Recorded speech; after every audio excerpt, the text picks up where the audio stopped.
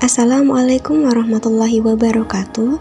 Saya Resi Juniarti. Pada kesempatan kali ini, saya akan membawakan hasil BST saya yang berjudul Katarak Senilis Imatur Oculi Dextra Sinistra dengan Dr. Prima Mayasari, spesialis mata konsulen subspesialis glaukoma selaku pembimbing. Katarak adalah kekeruhan pada lensa yang menyebabkan penurunan ketajaman penglihatan. Pertama, anamnesis, yaitu tanya jawab antara dokter dengan pasien atau dengan keluarga pasien yang mengetahui kondisi pasien.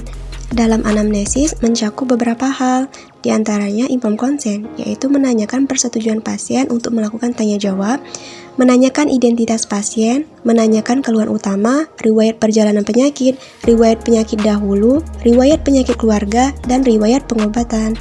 Dari anamnesis didapatkan identitas pasien, Nyonya N, perempuan berusia 62 tahun, pekerjaan ibu rumah tangga, beragama Islam, alamat di Jalan Dempo Raya, Palembang. Pasien datang dengan keluhan utama pandangan kedua mata kabur yang semakin memberat sejak 6 bulan terakhir. Pasien mulai mengalami mata kabur sejak 2 tahun yang lalu, pandangan dirasakan seperti melihat asap, silau saat melihat cahaya, dan lebih nyaman saat kondisi redup. Keluhan lain seperti mata berair, gatal, mata merah, terdapat kotoran mata, mata terasa nyeri, mengganjal, penglihatan ganda, pandangan seperti melihat pelangi, pandangan seperti tertutup tirai, pandangan seperti melihat terowongan tidak dialami pasien. Riwayat penyakit dahulu seperti riwayat trauma pada mata, riwayat operasi mata, riwayat memakai kacamata sebelumnya, riwayat darah tinggi dan kencing manis tidak dialami pasien. Keluhan yang sama dalam keluarga tidak ada, pasien belum melakukan pengobatan sebelumnya. Selanjutnya, pemeriksaan fisik, status generalis pasien dalam batas normal. Kemudian pemeriksaan oftalmologikus. Pertama, pemeriksaan visus menggunakan kartu Snellen chart dengan posisi pasien berjarak 6 meter dari kartu Snellen chart dan menyuruh pasien untuk menutup salah satu mata. Dengan Snellen chart, pasien tidak dapat menunjukkan huruf yang paling atas sehingga pemeriksaan visus dilanjutkan menggunakan pemeriksaan jari. Pemeriksaan visus menggunakan jari dimulai dari jarak 5 meter, kemudian terus maju hingga pasien bisa menyebutkan dengan benar. Pemeriksaan visus pasien didapatkan oculi dextra 1/60 dengan pinhole negatif, oculi sinistra 2/60 dengan pinhole negatif. Pemeriksaan tekanan intraokular menggunakan MCT didapatkan oculi dextra 14,7 dan oculi sinistra 14,5. Pemeriksaan kedudukan bola mata pasien, ortoforia pada oculi dextra dan sinistra, pemeriksaan gerakan bola mata pasien, oculi dextra dan oculi sinistra baik ke segala arah. Selanjutnya, pemeriksaan bagian depan bola mata menggunakan slit lamp. Hasil pemeriksaan menunjukkan palpebra oculi dextra dan sinistra tampak tenang, konjungtiva oculi dextra sinistra tampak tenang, kornea oculi dextra sinistra jernih, bidik mata depan oculi dextra sinistra sedang, iris oculi dextra sinistra gambarannya baik, pupil oculi dextra sinistra bulat, sentral, refleks cahaya positif, diameter 3 mm, RAVD negatif, kemudian lensa oculi dextra dan sinistra keruh dengan pemeriksaan shadow test positif. Pada pemeriksaan bagian belakang bola mata, refleks fundus oculi dextra sinistra positif, papil oculi dextra sinistra berbentuk bulat, berbatas tegas, warna merah normal, CD rasio 0,3, arteri banding pena 2/3, makula oculi dextra oculi sinistra, refleks fovea positif, retina oculi dextra oculi sinistra, kontur pembuluh darahnya baik.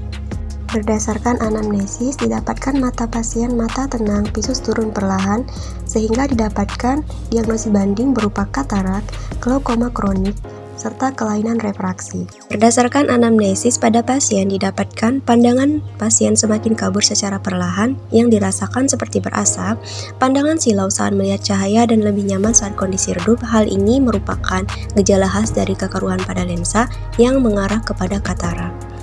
Katarak adalah kekeruhan lensa yang menyebabkan penurunan ketajaman visual dan atau cacat fungsional yang dirasakan oleh pasien. Klasifikasi katarak berdasarkan usia: katarak infantil, usia kurang dari 1 tahun, katarak juvenil terjadi pada usia lebih dari 1 tahun, katarak presenil terjadi pada usia kurang dari 45 tahun, dan katarak senilis pada usia lebih dari 50 tahun seperti pada pasien. Dari anamnesis pasien berusia 62 tahun, pandangan kabur, terasa seperti berasap. Pemeriksaan oftalmologi menunjukkan terjadi penurunan visus dengan pinhole negatif. Lensa okulidextra sinistra pasien didapatkan kekeruhan dengan shadow test positif.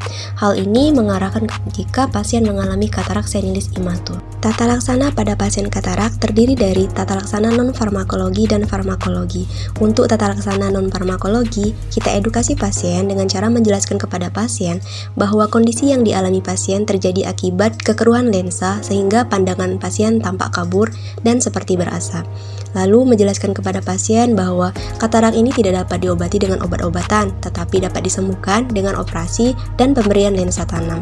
Kita juga menjelaskan komplikasi yang terjadi apabila tidak dilakukan operasi, salah satunya yaitu menjadi kebutaan. Lalu menjelaskan pada pasien rencana tindakan yang akan dilakukan, jenis tindakan, kelebihan maupun kekurangan dari tindakan yang akan kita lakukan. Untuk tata laksana farmakologi katarak dilakukan operasi pembedahan yang terdiri dari beberapa metode, diantaranya intrakapsular cataract surgery, extracapsular cataract surgery, small incision cataract surgery, dan phacoemulsification. Pada pasien ini dilakukan pembedahan berupa ekstraksi katarak menggunakan metode phacoemulsifikasi okulidextra serta penanaman lensa intraokular okulidextra. Emulsifikasi adalah teknik operasi yang memanfaatkan teknologi ultrasonografi dan vakum. Kelebihan dari teknik operasi ini adalah penyembuhan luka operasi yang lebih cepat, yaitu sekitar 1 hingga 3 minggu, perbaikan visus yang lebih baik, serta tidak menimbulkan astigmatisme pasca operasi.